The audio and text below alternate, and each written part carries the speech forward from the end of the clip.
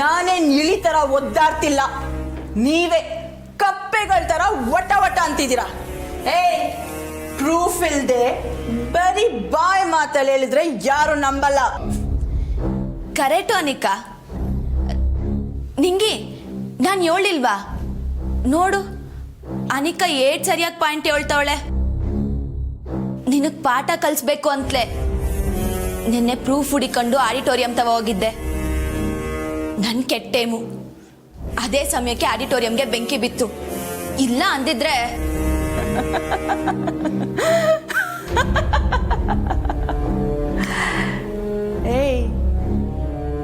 ನಿನ್ ಟೈಮ್ನ bad time ಮಾಡಿದ್ದೆ ನಾನು ಕಣೆ.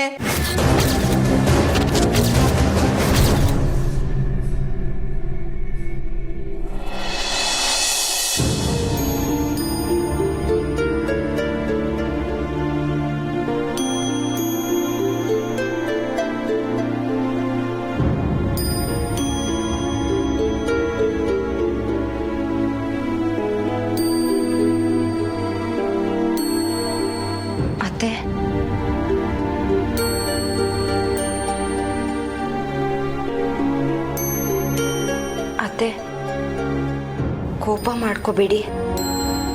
ನೀವು ಹೇಳೋ ವಿಷಯ ಮತ್ತು ಅದ್ರ ಉದ್ದೇಶ ಸರಿಯಾಗೇ ಇರ್ಬೋದು, ಆದರೆ ನೀವು ಹೇಳೋ ರೀತಿ ಏನೋ ನಾನು ಹೇಗೆ ನಡ್ಕೋಬೇಕು ಅಂತ ನೀನು ನನಗೆ ಹೇಳ್ಕೊಡೋದಕ್ಕೆ ಬಂದಿದ್ಯಾ? ಅಶೋಶೋ, ಇಲ್ಲ ಅತ್ತೆ, ಹಾಗಲ್ಲ. ರಿಷಿ ಬಗ್ಗೆ ನಮ್ಮೆಲ್ರಿಗಿಂತ ನಿಮಗೆ ಚೆನ್ನಾಗಿ ಗೊತ್ತು. ಕಟ್ಟಾಗ್ದಷ್ಟು ಅವನು ಕೋಪ ಹೆಚ್ಚಾಗುತ್ತೆ ಅಂತ ನೀವೇ ಹೇಳೋದು. ಯಾವುದೇ ವಿಷಯ ಆಗಲಿ ಕೂತ್ ಮಾತಾಡಿದ್ರೆ ಒಳ್ಳೇದಲ್ವಾ ಅತ್ತೆ? ನೀವು ಈ ರೀತಿ ಕೋಪ ಮಾಡ್ಕೊಂಡು ಹೇಳೋದ್ರಲ್ಲಿ ರಿಷಿಗೂ ಅಪ್ಸೆಟ್ ಆಗುತ್ತೆ, ನಿಮಗೂ ಟೆನ್ಷನಲ್ಲಿ BP ಜಾಸ್ತಿ ಆಗುತ್ತೆ. ನಿಮ್ಮ ಹೆಲ್ತ್ ಮುಖ್ಯ ಅತ್ತೆ. ಅಮ್ಮರೇ, ನಿಮ್ಮ ಮನೆ ಇಸಿದಾಗೆ ತಲೆ ಹಾಕ್ತೀನಿ ಅಂತ ಬೇಸರ ಮಾಡ್ಕೋಬೇಡಿ.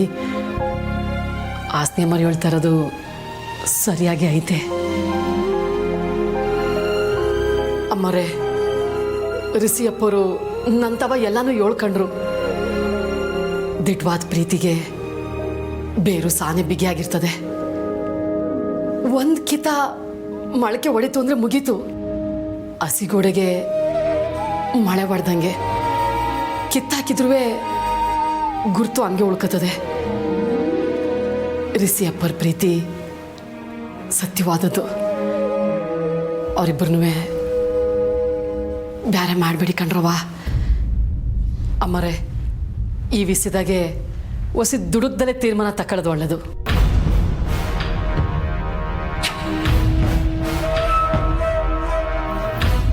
ಅಮ್ಮರೇ, ಯಾಕೇನು ಮಾತಾಡ್ತಾನೆ ಇಲ್ವಲ್ಲ? ನಾನು ಹೇಳಿದ್ದಕ್ಕೆ ಏನಾನ ಬೇಸರ ಆಯ್ತಾ? ಇಲ್ಲ ಮಂಗಳಮ್ಮ, ನಿಮ್ಮ ಮಾತಿಂದ ನನಗೆ ಬೇಜಾರಾಗ್ತಿಲ್ಲ. ಆದರೆ ನನ್ನ ಕಷ್ಟ ನಿಮಗೆ ಅರ್ಥ ಆಗ್ತಿಲ್ವಲ್ಲ, ನಿಮಗೆ ಹೇಗೆ ಹೇಳಿ? ಅಮ್ಮರೇ, ಪಿರುತಿನ ದೂರ ಮಾಡ್ಕೊಂಡು ಬದುಕಲ್ಲಿ ನೆಮ್ಮದಿ ಕಳ್ಕೊಂಡು ಬಾಳಿದಕ್ಕೆ ಉದಾಹರಣೆ ನಾನೇ ಇವನಿ. ರಿಸಿಯಪ್ಪರ ಬದುಕು ನನ್ನಂಗೆ ಆಗದ್ ಬ್ಯಾಡಿ. ಅವ್ರ ಬದುಕು ನಿಮ್ಮ ಕೈಯಾಗೈತೆ.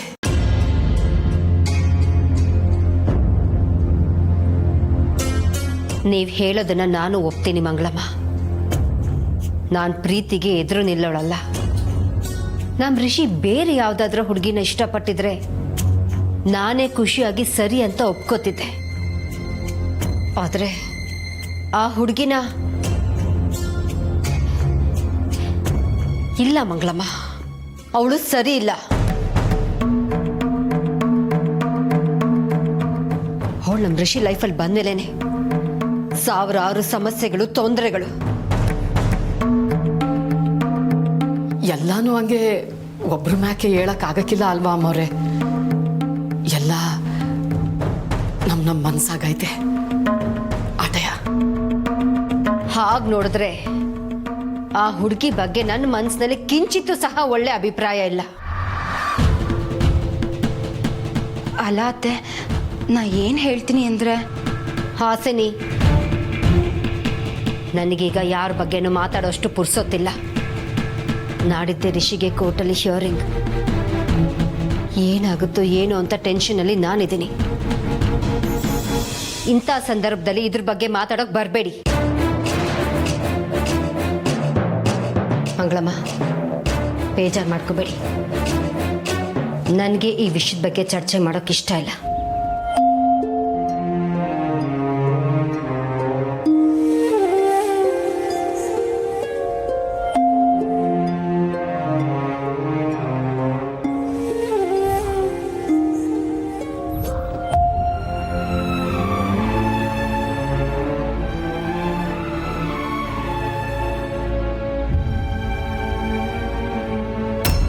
ಅಯ್ಯೋ, ಎಂತ ರಾಕ್ಷಸಿನೇ ನೀನು! ನನ್ನ ಕಮಲಿನೇ ಕೊಲ್ಲಕ್ ನೋಡ್ದ್ಯಾ ನಿನ್ನ? ನಿಂಗೆ ನಿಂಗೆ ಬಿಡು, ನಿಂಗೆ ಕಮಲಿ ಒಂದು ಸುಮ್ಕಿರು. ನಿಂಗೆ ನಿಂಗೆ ಬಿಡು ಅಂದೆ. ಕಮಲಿ, ಪ್ರತ್ಯೇಕಿತ ನಿನ್ನ ತಡೆದಾಗ ನಾನು ನಿನ್ನ ಮಾತು ಕೇಳೋಳಿ. ಇವತ್ತು ನಾನು ತಡಿಬೇಡ ಇವಳ. ನಿಂಗೆ ಬಿಡು ಅಂದೆ. ಕಮಲಿ, ನಿಂಗೆ ಬಿಡು ನಿಂಗೆ.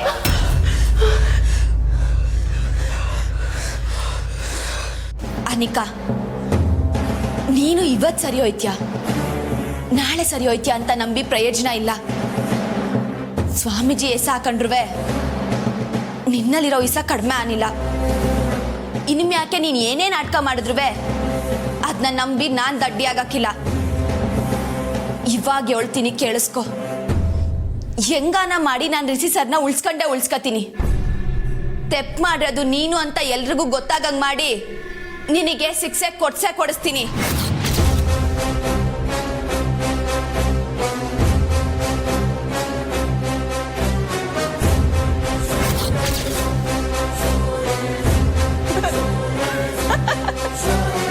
ಶಿಕ್ಷೆ ನನಗೆ? ನನಗೀಗ ನಿನ್ ದಡ್ತನ ಲೆಕ್ಕ ಹಾಕೋದಾ ಅಥವಾ ಕೋರ್ಟಿಗೆ ಇನ್ನೆಷ್ಟು ಟೈಮ್ ಇದೆ ಅಂತ ಲೆಕ್ಕ ಹಾಕೋದಾ ಅಂತ ಗೊತ್ತಾಗ್ತಿಲ್ಲ. 48 hours. Only 48 hours. ಕೇಳಿಸ್ಕೋ ಕೆಸರಿನ ಕಮಲಿ, ಇನ್ನು 48 ಗಂಟೆಗಳು ಮಾತ್ರ ಇರೋದು. ನೀನದೇನು ಹುಡ್ಕೊಂಡು ಬಂದೋ ಅದು ಈ ರೂಮ್ನ ತಲೆ ಕೆಳಗೆ ಮಾಡಿದ್ರು ನಿನಗೆ ಸಿಗಲ್ಲ. ಇನ್ನು 48 hours ಅಲ್ಲಿ ನಿನಗೆ ತಾಕತ್ತಿದ್ರೆ ಅದೇನ್ ಮಾಡ್ತೀಯೋ ಮಾಡೆ, ನಾನು ನೋಡ್ತೀನಿ.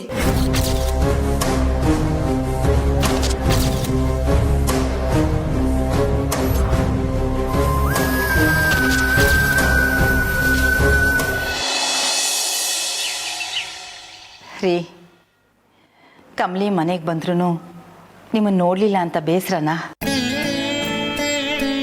ಬೇಜಾರು ಮಾಡ್ಕೋಬೇಡಿ. ಅವಳಿಗೆ ನಿಮ್ಮನ್ನು ನೋಡಬೇಕು, ನಿಮ್ಮ ಹತ್ರ ಮಾತಾಡಬೇಕು, ನಿಮ್ಮ ಸೇವೆ ಮಾಡಬೇಕು ಅಂತ ತುಂಬಾ ಆಸೆ ಇದೆ. ಆದರೆ ಪಾಪ ಅವಳಿಗೆ ಹುಷಾರಿಲ್ವಲ್ಲ, ಅವಳಿಗೆ ಕಷ್ಟ ಕೊಡೋದು ಯಾಕೆ ಅಂತ ನಾನೇ ಬೇಡ ಅಂದೆ. ಅಮ್ಮ, ಬಾ ಚಂದ್ರ. ಅಮ್ಮ, ಪೊಲೀಸ್ ಅವರು ಆಡಿಟೋರಿಯಂಗೆ ಬೆಂಕಿ ಬಿದ್ದಿದ್ದ ಬಗ್ಗೆ ಇನ್ವೆಸ್ಟಿಗೇಷನ್ ಶುರು ಮಾಡಿದ್ದಾರೆ. ಅವ್ರಿಗೇನಾದ್ರೂ ಇನ್ಫಾರ್ಮೇಶನ್ ಸಿಗ್ತಾ? ಇಲ್ಲಮ್ಮ, ನಾವು ಭಯಪಟ್ಟ ಹಾಗೆ ಪೊಲೀಸವರು ಅದನ್ನೇ ಹೇಳ್ತಾ ಇದ್ದಾರೆ. ಶಂಭು ಕೊಲೆ ಪ್ರಯತ್ನಕ್ಕೆ ಸಂಬಂಧಪಟ್ಟಂತ ಎಲ್ಲ ಡಾಕ್ಯುಮೆಂಟ್ಸು ಸುಟ್ಟೋಗಿರ್ಬೋದು ಅಂತ. ಹೊಸ ಆಡಿಟೋರಿಯಂ ಬೇಕಾದ್ರೆ ಕಟ್ಬೋದು, ಆದರೆ ರಿಷಿ ಅಪರಾಧಿ ಅಂತ ವರ್ಡಿಕ್ಟ್ ಕೊಟ್ಬಿಟ್ರೆ ಏನ್ ಮಾಡಕ್ಕಾಗತ್ತೆ ಚಂದ್ರು? ಆನಂದ್, ಎಸ್ ಮೇಡಮ್. ಈ ವಿಷಯದಲ್ಲಿ ನೀವು ಪೊಲೀಸ್ ಅವರಿಗೆ ಎಷ್ಟು ಸಹಾಯ ಮಾಡೋಕ್ಕಾಗತ್ತೋ ಮಾಡಿ. ನಮ್ಮ ಕಡೆಯಿಂದ latest try maximum. Okay okay ಮೇಡಮ್. ಹಾಂ.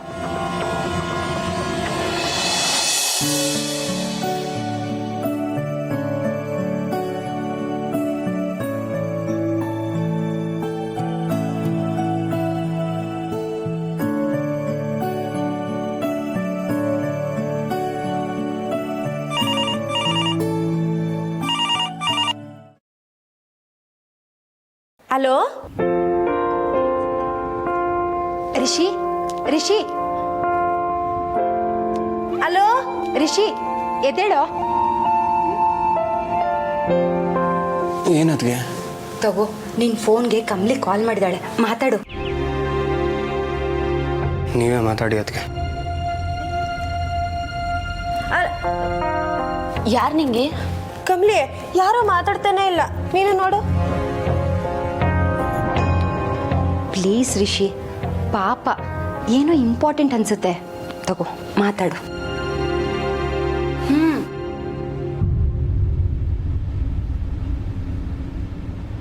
ಹಲೋ.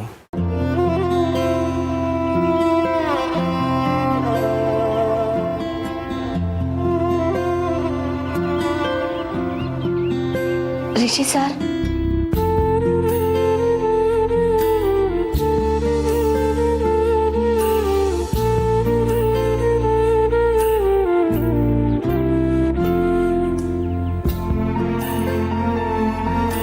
ನಿನಗೆ ನಾನು ಮುಖ್ಯನಾ ಅಥವಾ ಆ ಹಳ್ಳಿ ಹುಡುಗಿ ಮುಖ್ಯನಾ?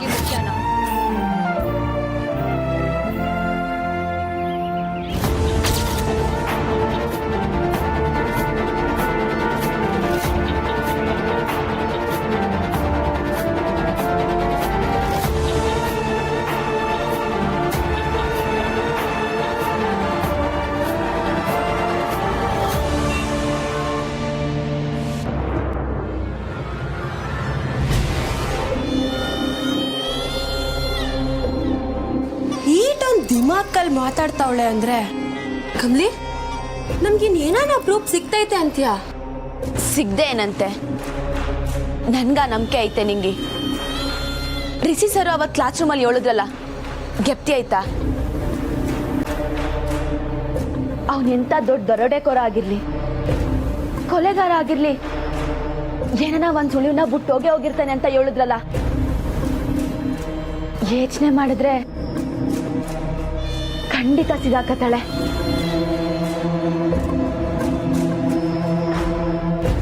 ಹಂಗಾರೆ ಆ ಘಟನೆ ನಡೆದಿದ್ದ ದಿವಸ ಏನೇನೆಲ್ಲ ಆಯ್ತು ಅಂತ ಯೋಚನೆ ಮಾಡ್ಬೇಕಲ್ವಾ?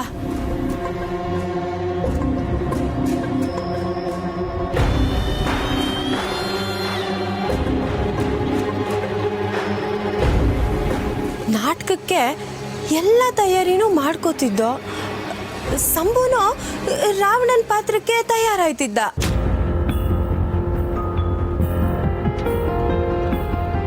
ಆಗ ನಾಟಕ ಬದಲಾಗಿದ್ದ ವಿಷಯ ಗೊತ್ತಾಯ್ತು. ಹಾ, ನಾಟಕಕ್ಕೆ ಗನ್ ಬೇಕು ಅಂತ ರಿಷಿ ಸಾರು ಅವ್ರ ಮನೆಗೆ ಹೋಗಿ ತಕೊಂಬಂದ್ರು. ಆಗ ನಾವೇನ್ ಮಾಡ್ತಿದ್ವಿ?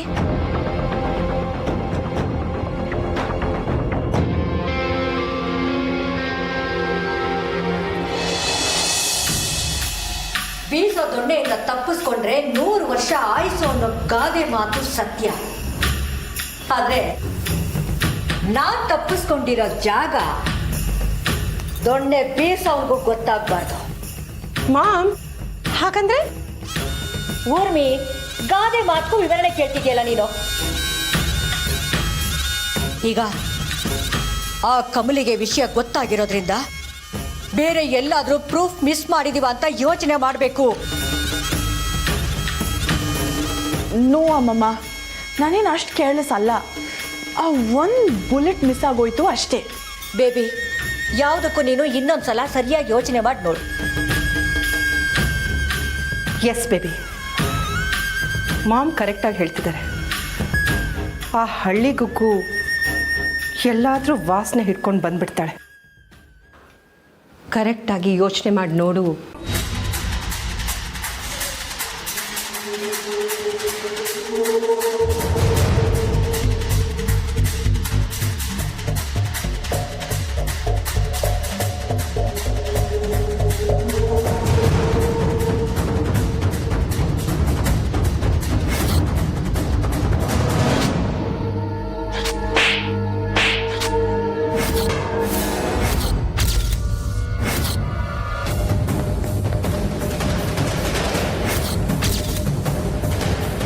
Light boy!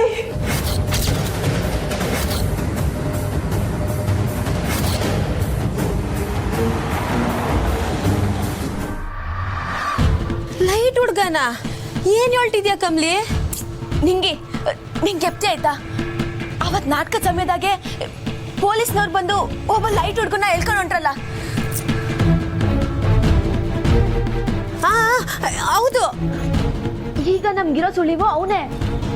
ಅವನಿಂದ ಏನು ಉಪಯೋಗ ಕಮ್ಲಿ? ಆಯ್ತೆ ನಿಂಗೆ, ನಾನ್ ರಿಷಿ ಸರ್ನೇ ಅಪರಾಧಿ ಅನ್ಕೊಂಡು ಅವ್ರ ಮ್ಯಾಕೆ ಆರೋಪ ಹೊರಿಸಿದ್ದನ್ನೇ ಅವಳು ಆಯುಧಾಗಿ ಮಾಡ್ಕೊಂಡವಳಲ್ಲ.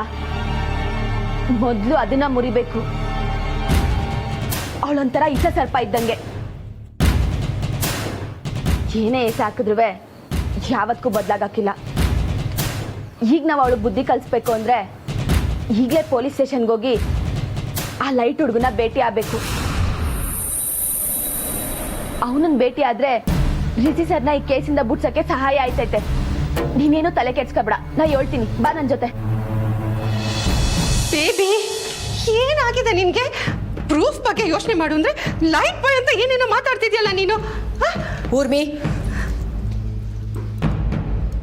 ಬೇಬಿ ಹೇಳ್ತಾ ಇರೋದು ಪ್ರೂಫ್ ಬಗ್ಗೆನೆ. ನೀನು ಸ್ವಲ್ಪ ಸುಮ್ಮನೆ ನೀನು ಹೇಳು ಬೇಬಿ. ಅಮ್ಮಮ್ಮ, ಲೈಟ್ ಬಾಯ್ ಒಬ್ಬನಿಗೆ ನನ್ನ ಬಗ್ಗೆ ಗೊತ್ತಿರೋದು. ಅವನೇನಾದ್ರೂ ಬಾಯ್ ಬಿಟ್ರೆ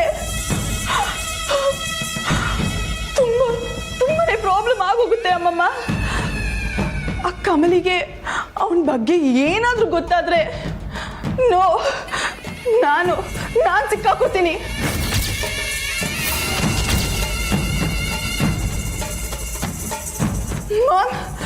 ಅಮ್ಮಮ್ಮ, ನಾನು ಈಗಲೇ ಪೊಲೀಸ್ ಸ್ಟೇಷನ್ ಹತ್ರ ಹೋಗಿ ಅವನೇನಾದ ಅಂತ ಇನ್ಸ್ಪೆಕ್ಟರ್ ಹತ್ರ ವಿಚಾರಿಸ್ತೀನಿ.